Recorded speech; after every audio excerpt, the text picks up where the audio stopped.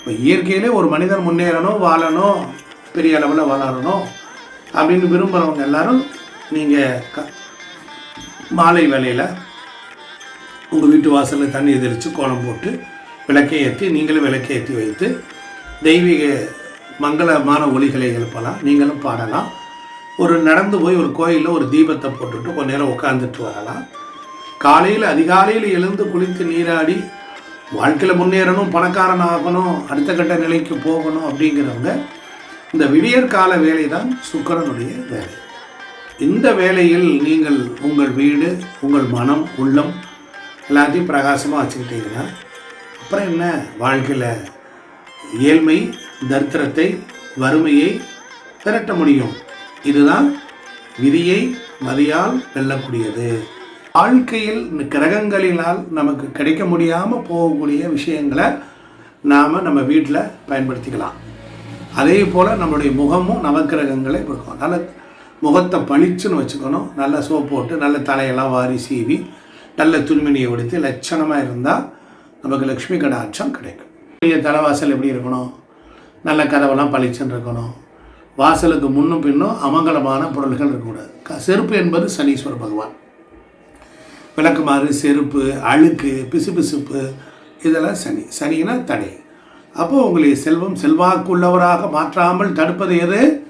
உங்கள் வீட்டினுடைய தலைவாசல். வாசலுக்கு தலைவாசலுக்கு உள்ளே விளக்குமாறு வச்சுருப்பாங்க, அதெல்லாம் வைக்கக்கூடாது. அதனால் தலைவாசலுக்கு உள்ளே ரிசப்ஷனில் மங்களகரமாக இருக்கணும், நல்ல விளக்கு ஏற்றணும், நல்ல வாசனை திரவியங்கள்லாம் இருக்கணும், நல்ல ஊதுபத்தி, சாம்பிராணி ஏற்றுனீங்கன்னா ஒரு பவுலில் உருளையில் தண்ணி வச்சு நல்ல வாசனையுள்ள மலர்கள் வைத்து ஜவ்வாதெல்லாம் வச்சு பன்னீர் விட்டு பச்சைக்காய் இது மாதிரிலாம் பண்ணிங்கன்னா வீடு கமன்னு இருக்கும். சுக்கிரன் தான் பணத்துக்கு அதிபதி. எப்படி சொல்கிறீங்க சாமின்னு கேட்குறீங்களா? இப்போ உத்திரட்டாதி நட்சத்திரத்தில், சனியினுடைய நட்சத்திரத்தில், மீன ராசியில் குபேர நட்சத்திரம்னு சொல்கிறாங்க. அப்போ குருவோட வீட்டில் தான் அந்த குபேர நட்சத்திரம் இருக்குது. அந்த குரு எங்கே உச்சமடைவார் அப்படின்னா கடகராசியில் உச்சமடைகிறார்.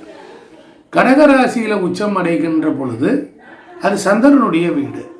அப்போ கடகத்தில் குரு உச்சமடைந்திருந்தாலும் சந்திரனுடைய வீடாக இருப்பதினால் அந்த சந்திரன் பெரியவராக இருக்கிறார். அதே சந்திரன் எங்கே உச்சமடைவார்? ரிஷபராசியில் சுக்கிரனுடைய வீட்டில் உச்சமடைவார். அப்போ சுக்கிரன் உச்சமடைகிற, சந்திரன் உச்சமடைகிற வீடு எது அப்படின்னா சுக்கிரன். அவர் தான் பணத்தை கொடுப்பார். அது சந்திரன், சுக்கிரன், ராகு இந்த மூன்றும் சேர்ந்தது தான் ரிஷபராசி. ரிஷபராசி எதை குறிக்குது? வாசலை குறிக்கிறது. யாருடைய வாய் நாற்றம் இல்லாமல் இருக்கிறதோ செல்வம் சேரும். உங்களுடைய வீட்டினுடைய தலைவாசல் அந்த வாயில் இருக்கே, அதுதான் சந்திரன் உச்சம், குரு உச்சம், இப்படி எல்லாமே செல்வம் செல்வாக்கெல்லாம் வருது. இப்போ உங்கள் வீட்டினுடைய சூரியனும் சந்திரன் அப்படிங்கிறது சுக்கிரன், இந்த மூன்றும் ஒரு வெளிச்சமான கிரகம்.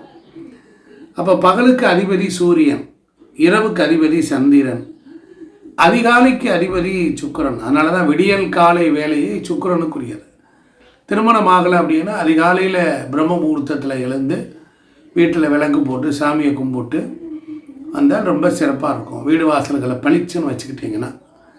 அதனால் சூரியன் சந்திரன் பாதித்தால் நமக்கு கண் பாதிப்பு வருது. அதனால் சுக்கிரன் பாதித்தால் பார்வை பாதிப்பு, த லாங் ஷாட் இது மாதிரிலாம் பார்த்தோம். சுக்கிரன் தான் அந்த பார்வையினுடைய நீளத்தை சொல்லக்கூடியவர். ஸோ அதனால் சூரியன், சந்திரன், சுக்கிரன் இந்த மூன்றும் ஒரு வீட்டில் இருக்குது. சுக்கிரன் யார்? நம்மளுடைய மனைவி. புரிஞ்சு வச்சுங்களா? நம்ம வீட்டில் இருக்கக்கூடிய பெண் மகிழ்ச்சியாக சந்தோஷமாக அவள் பிரகாசமாக இருந்தான்னா நமக்கு குடும்பத்தில் எல்லா சுகமும் கிடைக்கும். அதே போல் அமாவாசை என்பது ஒரு பெரிய யோகமான காலம். அந்த காலகட்டத்தில் அப்பாவையும் அம்மாவையும் நிப்பாட்டி ரெண்டு பேரையும் அந்த அமாவாசை அன்று அவங்க பாத பூஜை செய்து அவங்கக்கிட்ட மங்களகரமான அச்சதையை கொடுத்து அவங்க காலில் விழுந்து நம்ம ஆசீர்வாதம் வாங்கினோம் அப்படின்னா அமாவாசை யோகம்தான். அதே போல் பௌர்ணமி அன்றும் தாய் தந்தையருக்கு பாத பூஜை செய்து வாங்கினா ரொம்ப சிறப்பாக இருக்கும். இப்போ நிறைய பேர்கள்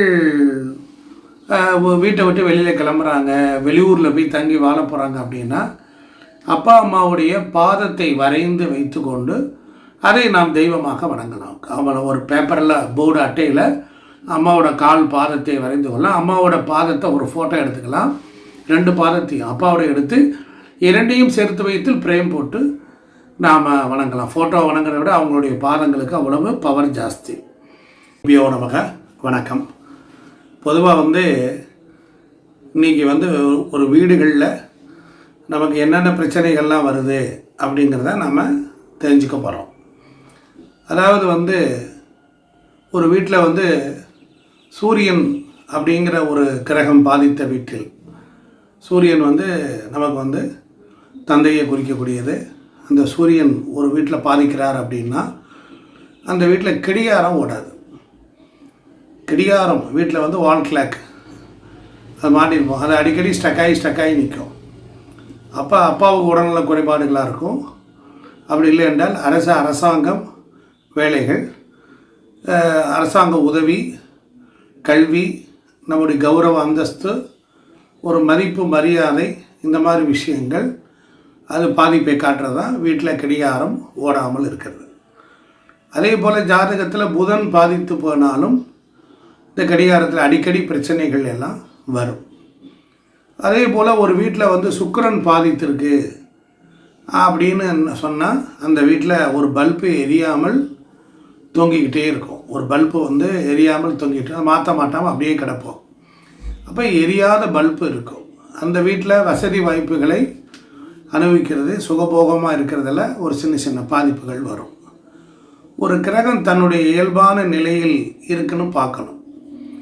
அதனால் ஜாதகத்தில் நமக்கு நவகிரகங்கள் தான் நமக்கு நன்மைகளை தருது. அதில் ஒவ்வொருத்தரும் சூரியன், அதாவது அப்பா நல்லா இருக்கணும், அப்பாவோட ஆயுள் இல்லை அரசாங்க வேலை கிடைக்கணும் அப்படின்னா மாதத்தில் வரக்கூடிய, தமிழ் மாதத்தில் வரக்கூடிய முதல் கிழமை அந்த அன்று போய் சூரிய பகவானுக்கு நாம் விளக்கு ஏற்றிட்டு வரணும், நல்லெண்ணெய் தீபம் ஏற்றணும்.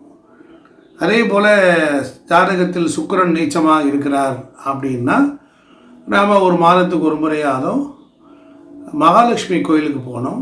அப்படி இல்லை என்றால் ஸ்ரீரங்கம் சென்று அங்கு நாம் இறைவனை சந்தித்து விட்டு பார்த்து விட்டு வரணும். இது உங்களுக்கு பெரிய அளவில் வெற்றியை கொடுக்கும். இந்த வீடியோவை 1க்கு 2 தடவை போட்டு பாருங்கள், உங்கள் நண்பர்களுக்கு அனுப்பி பாருங்கள். கண்டிப்பாக நீங்கள் ஜெயிப்பீங்க. இதெல்லாம் வெற்றிக்குரிய வழிபாடு. இது ஏதோ சொல்கிறாங்கன்ட்டு நீங்கள் ஸ்கிப் பண்ணாமல் போயிடுங்க. நன்றி.